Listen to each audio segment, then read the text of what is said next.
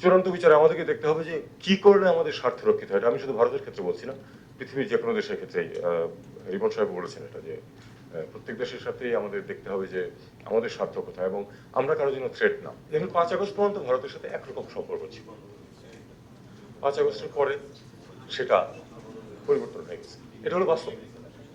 এই বাস্তবতা নিরিখেই কিন্তু আমাদেরকে ভারতের সাথে সম্পর্ক বিনির্মাণ করতে হবে এবং কন্টিনিউ করে যেতে হবে।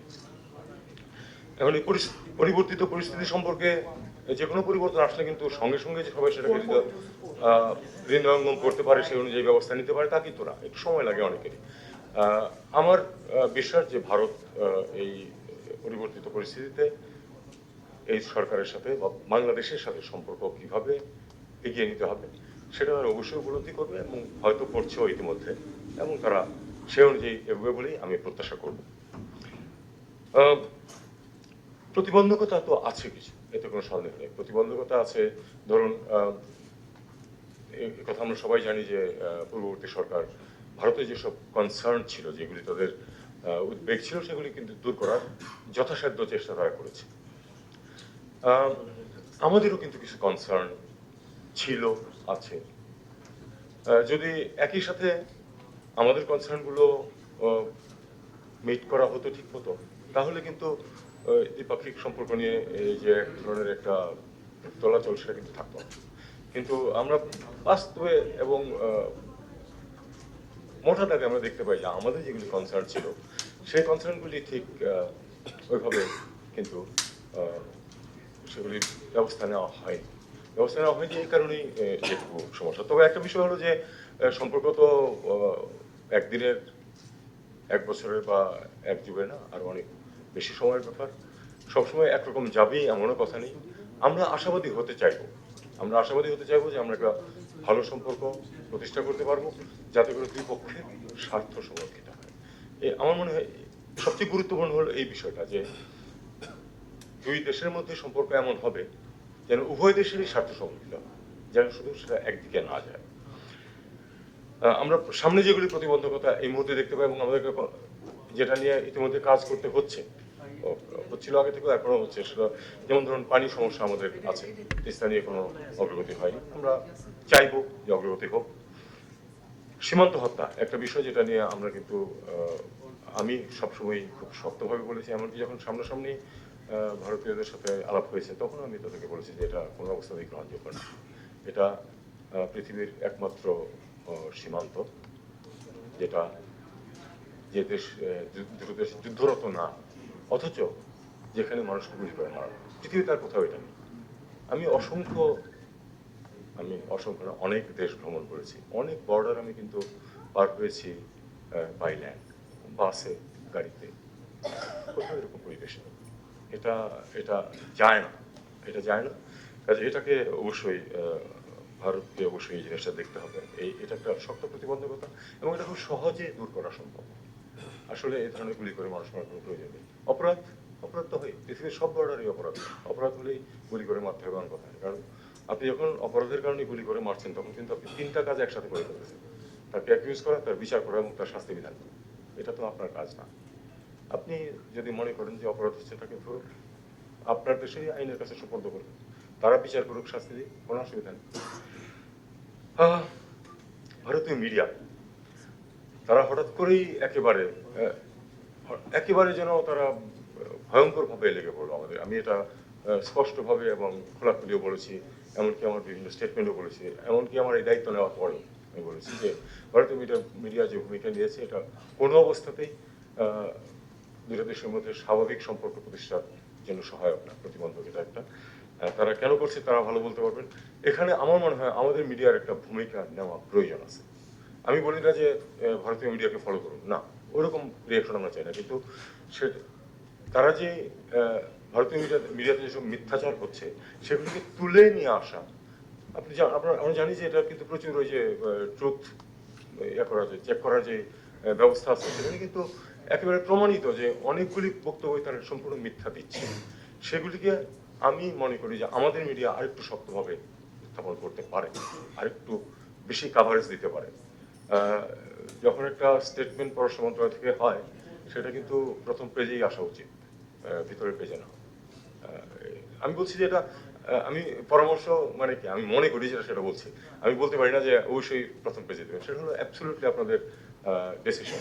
কিন্তু আমি মনে করি যে মানুষ চাইবে যে এটা আসলে প্রমিনেন্টলি ডিসপ্লে করা হোক যখন আমরা কিছু একটা রিঅ্যাকশন দিচ্ছি।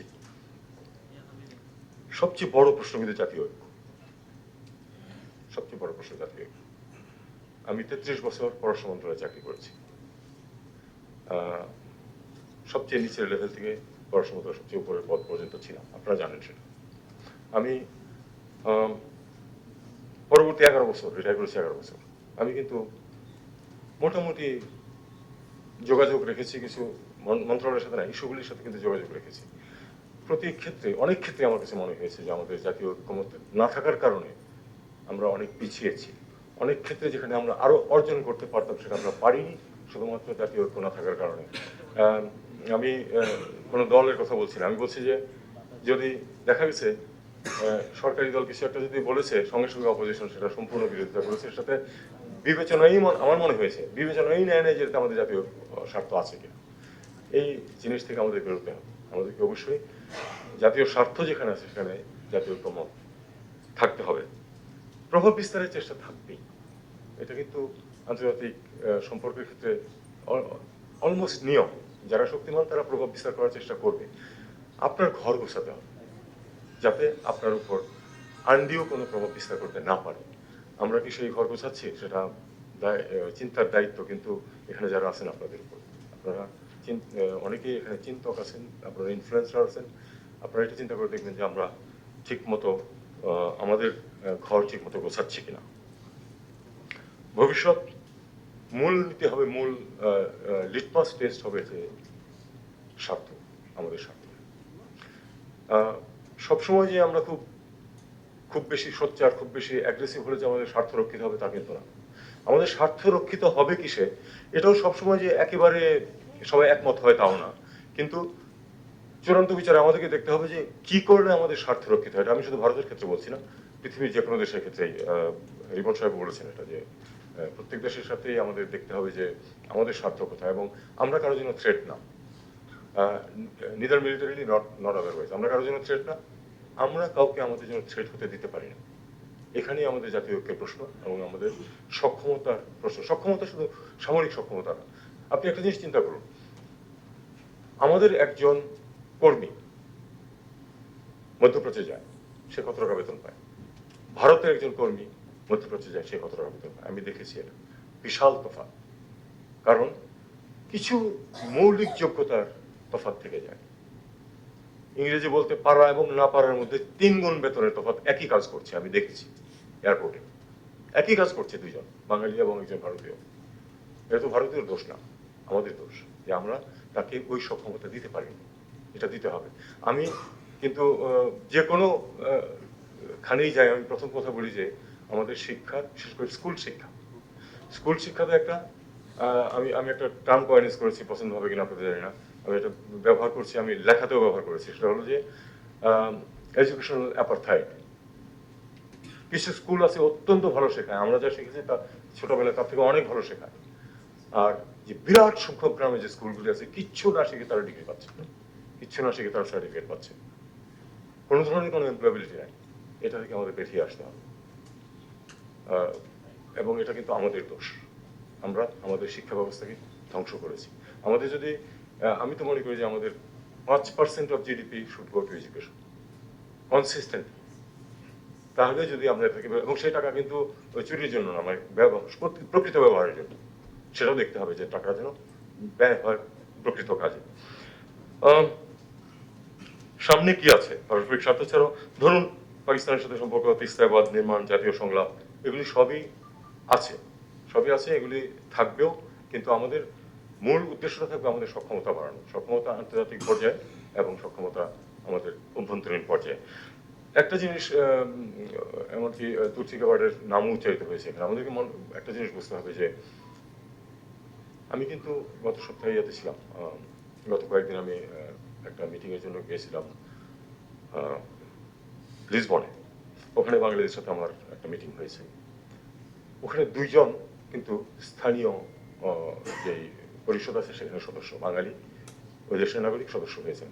আমি সবাইকে বলেছি যে আপনারা কেউ আওয়ামী লীগ সমর্থন করেন, কেউ বিএনপি সমর্থন করেন, কোনো সমস্যা নেই, কিন্তু প্রত্যেকে স্থানীয় রাজনীতিতে জড়িত হন। আমি দক্ষিণ আফ্রিকায় সবাইকে এই কথা বলে এসেছি, আমি সেখানে রাষ্ট্রদূত ছিলাম। আমি যেখানেই যাই আমি কথা বলেছি স্থানীয় রাজনীতিতে জড়িত হন, যেটা ভারতীয়রা করেছে। ভারতীয়রা তো করেছে বলে তাদের আজকে কিন্তু মার্কিন যুক্তরাষ্ট্রে তাদের এত ইনফ্লুয়েন্স, কারণ তাদের সংখ্যা আমাদের চেয়ে অনেক বেশি, তাদের গুরুত্ব আমাদের চেয়ে বেশি অনেকের কাছেই। সেটা সবকিছু মেনে নিয়েও তারা যেহেতু স্থানীয় রাজনীতিতে জড়িত হয়েছে, তাদের ওই কংগ্রেস বা বিজেপি, কংগ্রেস বা বিজেপি সমর্থক কিন্তু তারা, কিন্তু মূলত তারা স্থানীয় রাজনীতিতে জড়িত। আমি এটা বলেছি যে আজকে আপনি মার্কিন যুক্তরাষ্ট্রে অনেক বেশি ইনফ্লুয়েন্সিয়াল হতে পারতেন যদি আসলে আমাদের যে একটা সাবস্টেন্সিয়াল নাম্বার অফ পিপল আছে, তারা যদি স্থানীয় রাজনীতিতে কংগ্রেস কংগ্রেস মানে আপনার সেটা ডেমোক্রেটিক হোক বা রিপাবলিকান হোক, তো এটা যদি আমরা করতে পারি তাহলে কিন্তু এই যে প্রসঙ্গগুলি আসছে যে আমাদের ইনফ্লুয়েন্স কেন এত কম, ইনফ্লুয়েন্স কিন্তু শুধু ফরেন মিনিস্ট্রি কথাবার্তা দেওয়া হবে না, সিদ্ধান্ত গ্রহণ প্রক্রিয়ার মধ্যে অনেক কিছু জড়িত থাকে, সেখানে আপনি কতটুকু ইনফ্লুয়েন্স করতে পারছেন এবং সেটা কিন্তু স্থানীয় রাজনীতি অনেকখানি নিয়ন্ত্রণ করে। আমার মনে হয় আর খুব বেশি কিছু আমি বলবো না। শুধু হলো যে আমাদের আঞ্চলিক অখণ্ডতা, আমি বিশ্বাস করি যে বাংলাদেশের মানুষের যথেষ্ট রেজিলিয়েন্স আছে। এবং একটা কথা শুরুতে আপনি বলেছিলেন যে আমাদের আসলে এই জেনারেশনের উপর আমাদের বিশ্বাস ছিল না, আমার মতো বয়স্ক মানুষজন, আমার 70 বছর চলছে, তো আমরা ভাবতাম যে তারা বোধহয় শুধু টেলিফোনের দিকে তাকিয়ে থাকে আর ওই কখন কোথায় পড়তে যাবে বিদেশে চিন্তা করে। তারা আমাদেরকে ভয়ঙ্কর ভাবে ভুল প্রমাণ করেছে।